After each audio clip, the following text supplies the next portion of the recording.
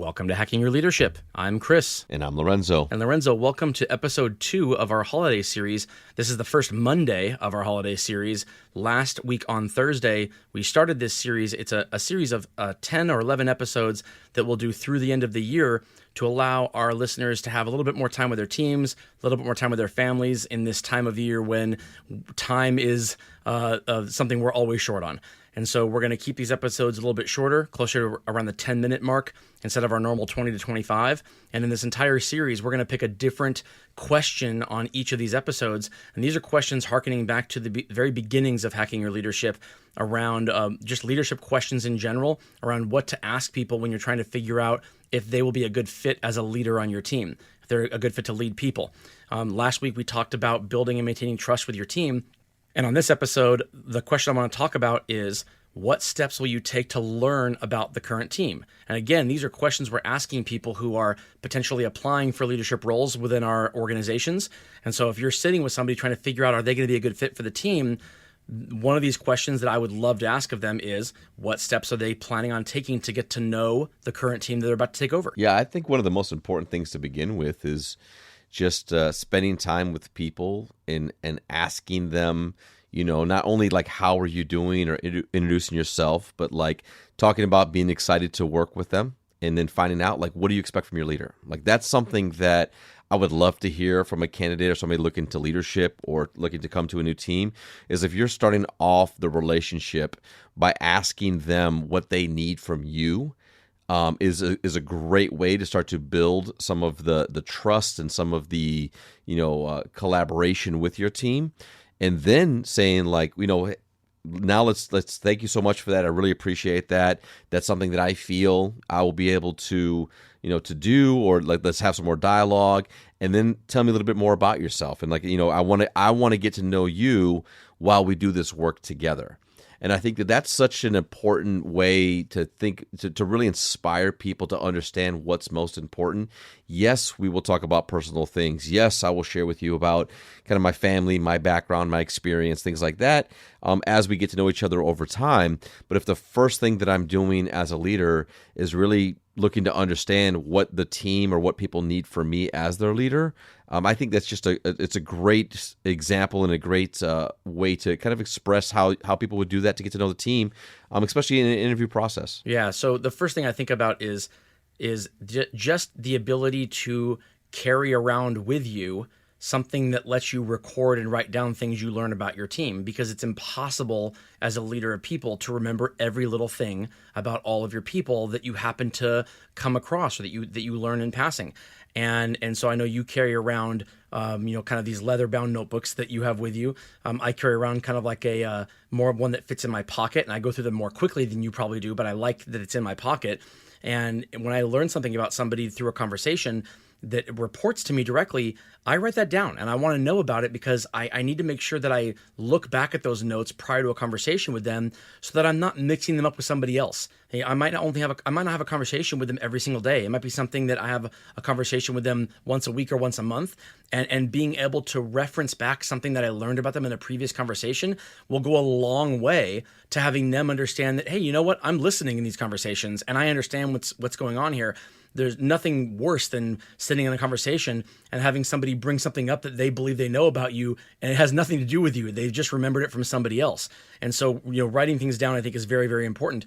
I think back to where I was a young assistant manager in a store, and this is now 18 or 19 years ago now, and thinking about an issue we had where we were having a remodel done.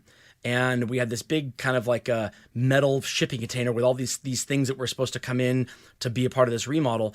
And it was in the middle of, after the store was kind of torn apart in this one section, to be able to put in these new fixtures, these new products, that the team that came into the remodel realized that the new carpet they were supposed to lay down wasn't there. It wasn't in the shipping container. Somebody forgot to put it in. And they essentially had to shut down and do nothing. And they left, and they went on to the next store, and my store was kind of torn apart.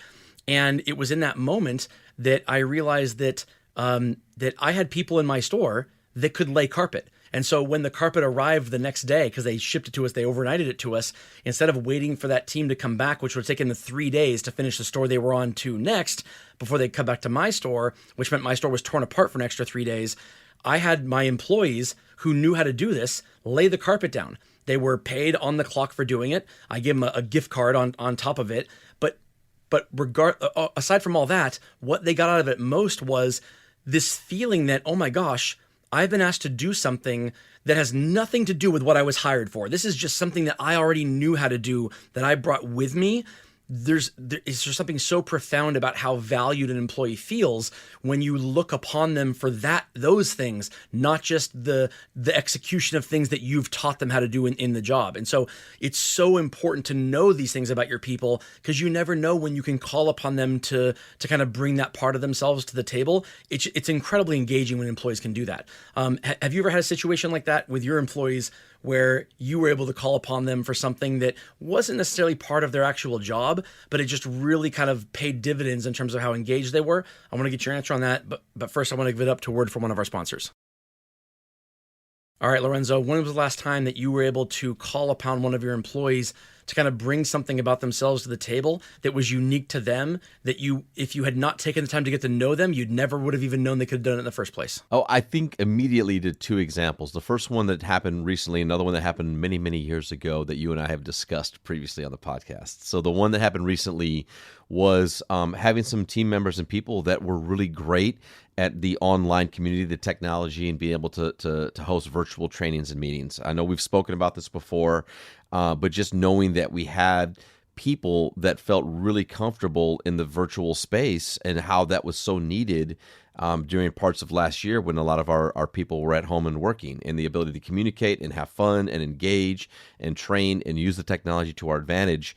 Knowing that people were comfortable in spaces like Twitch and other places, it helped us to really leverage that talent. And I think it really helped to bring the team together, because we weren't running into the hurdles of the awkwardness of the technology in the virtual world. Sure. That's immediately what I think of.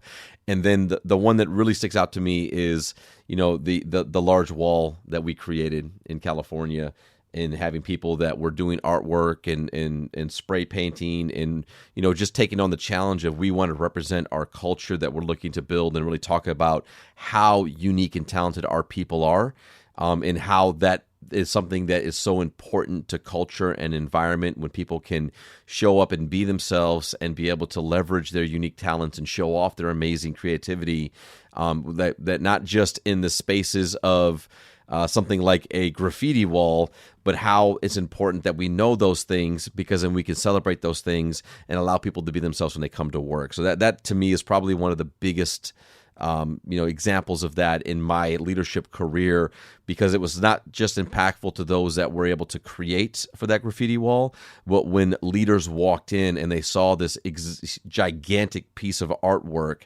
and it was able to connect the dots on how completely talented our people are. That really helped to shift the culture and what we were working on. Yeah, I remember a conversation I had with a leader from another part of the organization, and who pulled me aside when they saw that. And I expected, wow, this is amazing, that kind of stuff. And they did say that. But one of the questions they asked, and I feel like they knew that the question they asked was a bad question the moment it left their mouth. Or when I answered the question, they said, "How did you know they could do that?" Exactly. and I said, I asked them.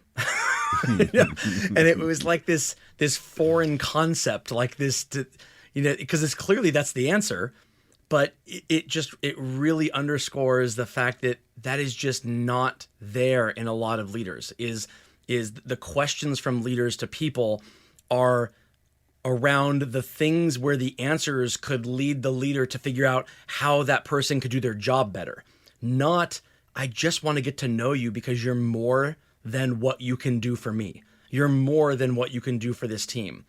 And when we talk about steps to learn about your current team, that's what it means. It doesn't mean what steps can you learn about them to figure out where to place them in the right job in your organization. That is important. But if you want them to engage and be productive, it's what steps can you take to learn about them that lets them bring who they are to the team.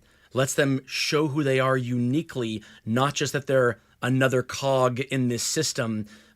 Because if you feel like you're just a cog in a system, then you feel replaceable, you feel expendable, you feel like you're there's nothing that separates this job or this leader from any other job or any other leader. You want engaged employees, figure out how to make sure that what you value from them is something they brought with them and not something you've just taught them. Absolutely.